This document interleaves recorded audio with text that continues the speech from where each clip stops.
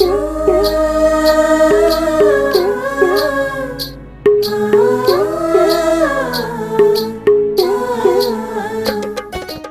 HIV ಸೋಂಕಿನ ಪ್ರಕರಣಗಳನ್ನು 2030ಕ್ಕೆ 0 ತರುವ ಗುರಿ ಸರ್ಕಾರದ್ದಾಗಿದೆ. ಈ ನಿಟ್ಟಿನಲ್ಲಿ ಕೋಲಾರ ಜಿಲ್ಲೆಯನ್ನು HIV ಮುಕ್ತ ಜಿಲ್ಲೆ ಮಾಡಲು ನಾವೆಲ್ಲರೂ ಒಟ್ಟಿಗೆ ಸೋಂಕಿನ ವಿರುದ್ಧ ಹೋರಾಟ ಮಾಡಬೇಕಾಗಿದೆ. ಪ್ರತಿಯೊಬ್ಬರೂ ಜಾಗರೂಕರಾಗಬೇಕು.